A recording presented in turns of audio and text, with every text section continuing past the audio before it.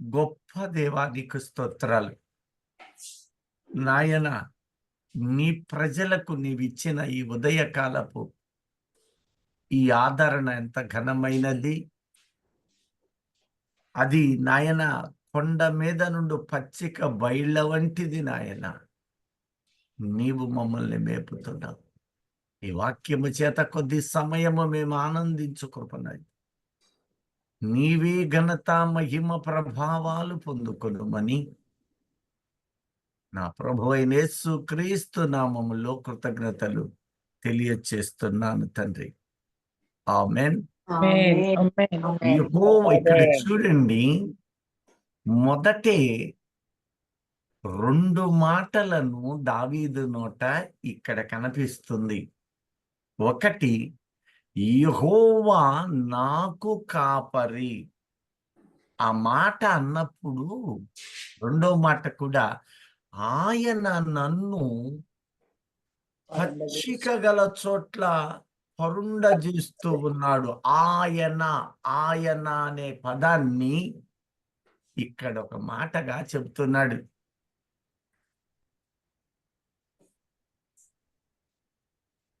మూడు వచనాల వరకు కూడా ఆయన అన్న ఆయన 4వ వచనానికి వచ్చేసరికి నీ దుడ్డు కర్రయు నీవు నీవు నీవు అని తెలియచేస్తున్నాడు. మీరొక్కసారి ఈ మాటను జ్ఞాపకం చేసుకోండి. మనిషి ఎదురుగా ఉన్నప్పుడు నీవు అని సంబోధిస్తాం. ఎదురుగా లేనప్పుడు ఆయన అంటాం. చూసారా? యెహోవా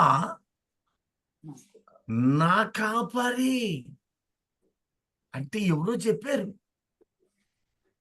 తాతలు, తండ్రులు, ముత్తాతలు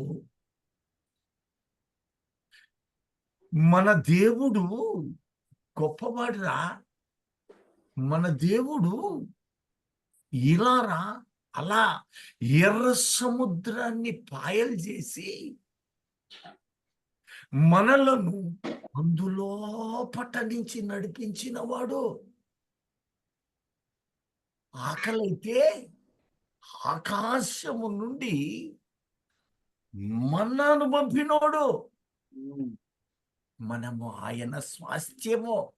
లోకమంతా ఆ రాళ్లను రప్పలు దేవతలు చేసుకుంటే దేవుడు స్వయముగా మన యొద్ద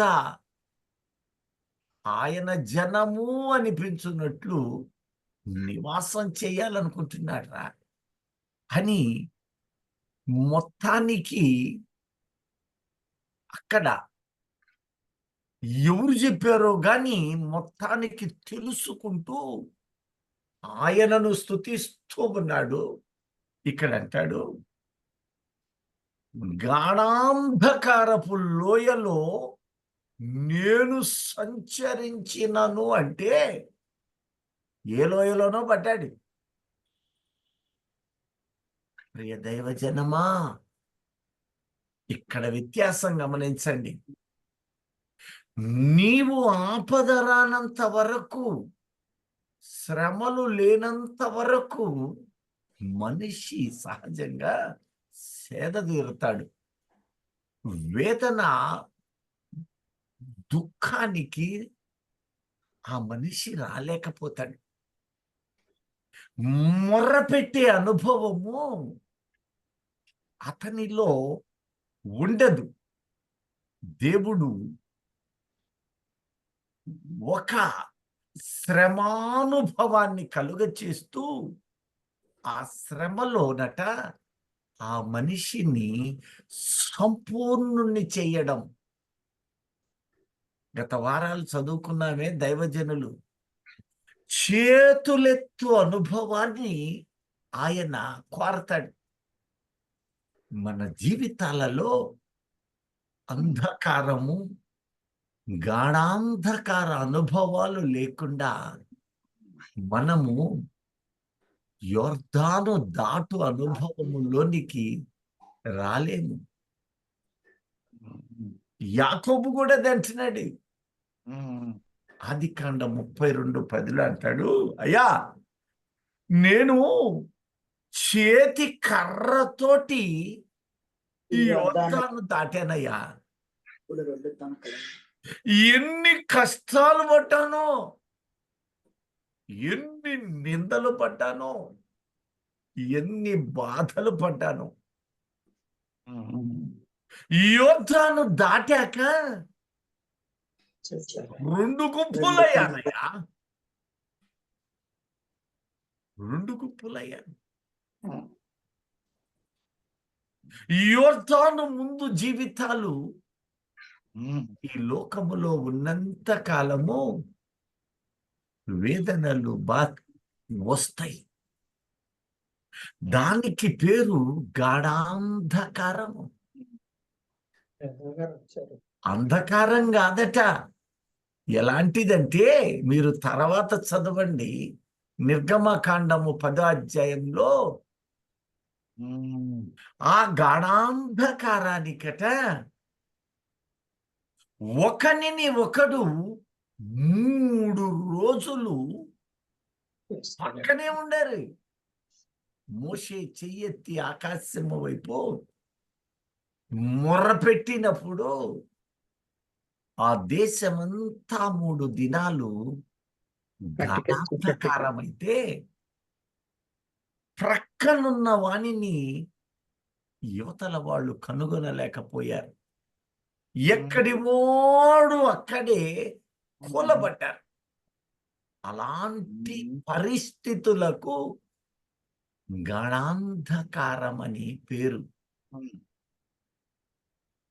ఆ స్థితిలో ఉన్నప్పుడు నీ హృదయ స్థితి ఎలా ఉంది? నీవు క్షేమముగా ఉండన్ని దినాలు, అవును ఆయన నా కాపరి, ఆయన నా కాపరి, శ్రమల అనుభవము కలిగినప్పుడు, శ్రమల అనుభవాలు నిన్ను చుట్టినప్పుడు, వేదనలు బాధలు నీ చుట్టూ అలిమినప్పుడు నీ హృదయ తలంపులు రావాలి, ఆయన నా కాపరి. ఈ లోయలో పడ్డాక ఇక ఆయన అంటలా, ఎదురుగా ఎవరో నిలబడ్డట్టు నీ దుడ్డు కర్ర, నీ దండము, నీవు నాకు తోడు, నీవు నన్ను ఆదరిస్తావు. ఎంత గొప్ప దేవుడు. 5వ వచనం కూడా అంటాడు, నా శత్రువు ఎదుట నీవు నాకు భోజనం ఎప్పుడు? గాఢాంధకార లోయలో ఉన్నా, నీ చుట్టూ భయంకరమైన పరిస్థితులు ఎదురైనప్పుడు నీకు నెమ్మదిని ఆదరణిస్తూ ఉన్నాడట. ఎంత గొప్ప దేవుడో చూడండి. నేను బ్రతుకు దినాలన్నీ నాకు క్షేమాలే. ఎలాంటి క్షేమము? క్షేమం. నువ్వేం చేయాలో తెలుసా? నువ్వేం చేయాలని ఆయన ఆశిస్తున్నాడో తెలుసా? గాఢాంధకార స్థితి నీలో ఉన్నప్పుడు, నీ కుటుంబానికి వచ్చినప్పుడు, నీ హృదయానికి వచ్చినప్పుడు, అది ఏ విధమైనదైనా సరే, అది ఎలాంటిదైనానో సరే, ఆయన నీతో ఉన్నాడు. నీవు బండ మీద ఉన్నావు, కదల్చబడవు. కారణం, నీ మరకలను కడిగిన ఆయన మొదట నీ పాపాలు తుడిచివేశాడు ఆయన రక్తంతో. తరువాత నిన్ను బండ మీద నిలిపాడు, పాపం పోయింది, కొన్ని మరకలు ఉంటుంటాయి. హిస్సోపుతో నిత్యము నిన్ను కడుగుతున్నాడు. హిస్సోపు దేవుని వాక్యము, దేవుని ఆత్మ ద్వారా విత్తబడిన ప్రతి మాట నిన్ను ఆదరిస్తుంది, కడుగుతున్నాడు. కడిగాక శుద్ధ సువర్ణంగా చేసి అక్కడ పెడుతున్నాడు. ఇప్పుడు అంటున్నాడు, ఎదురుగా శత్రువు ఉన్నాడు, వాడు ఏమి చేయలేడు నిన్ను. నిలబడు ధైర్యంగా అని గొప్ప ఆదరణ. ఎంత కమ్మని మాట. నా శత్రువా, నా శత్రువా. దావీదు 2 చోట్ల అంటున్నాడు, నేను పడినను నీవు అపహాస్యం చేస్తున్నావా, తిరిగి లేస్తాను, లేచి నీ శిరస్సును నేను తొక్కువాడనై ఉంటానన్న రీతిలో నీవు ఆనందించకో, నన్ను తిరిగి బలమైన, ఎంతగా నేను కుమిలానో, ఎంతగా వేదన పడుతున్నానో అంతగా నేను లేస్తాను.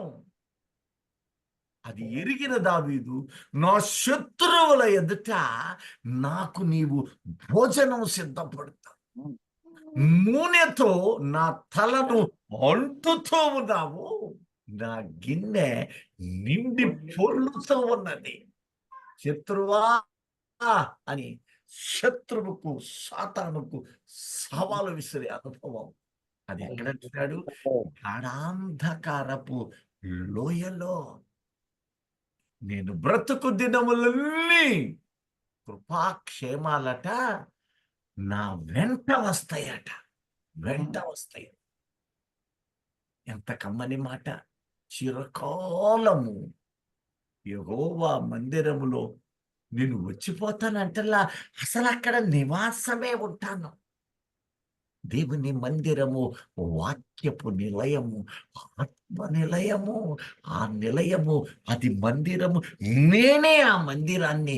నాలో ఆయన కృప విస్తారమైనదై ఉంది. కృపతో నేను నింపబడము మీరు చూస్తూ ఉన్నారు, చూస్తారనే ఆదరణ ఈ దినాన మనకు అనుగ్రహిస్తున్న దేవునికి మహిమ కలుగును గాక. ఈ మాటల ద్వారా మనము ఆదరించబడదుము గాక. ఆమేన్. ఆమేన్. ఆమేన్. హల్లెలూయా. హల్లెలూయా. హల్లెలూయా. అందరూ హల్లెలూయా. అందరికి వస్తుందా?